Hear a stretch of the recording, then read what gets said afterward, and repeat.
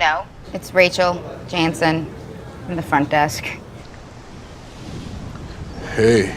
Does this movie deserve its high Rotten Tomatoes score? Forgetting Sarah Marshall's the 2008 rom-com that boasts an impressive score on Rotten Tomatoes with an 83% critic score and a 76% audience score. As far as rom-coms go, that is a really impressive showing. After watching the film for the first time, I cannot understand this rating in the slightest.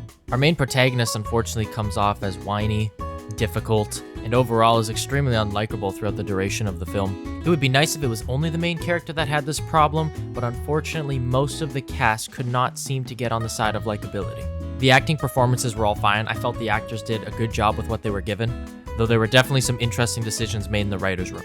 I found Russell Brand to be a highlight of this movie because his character felt really believable and based in that reality, as opposed to some of the other characters that there's just no way. The ending of this movie was especially frustrating, with our main character cheating on the receptionist of the hotel that he's been garnering a relationship with his old ex that he has been trying to forget for the past 2 hours. And once the movie tries its best to make you think that he's forgetting Sarah Marshall, shocker, he goes back to Sarah Marshall. And then when his new girlfriend is obviously upset that he just cheated on her, he goes, well, it wasn't really a big deal, we just did a little. How does that decision make our protagonist likable or someone that you would ever want to root for?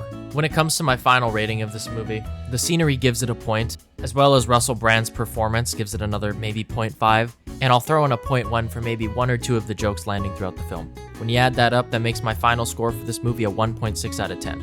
I was actually very disappointed. This movie seems to be pretty universally loved, and if you are one of those folks that likes this movie, I'm glad, good for you, and I'm happy that you could enjoy something that I clearly could not get behind.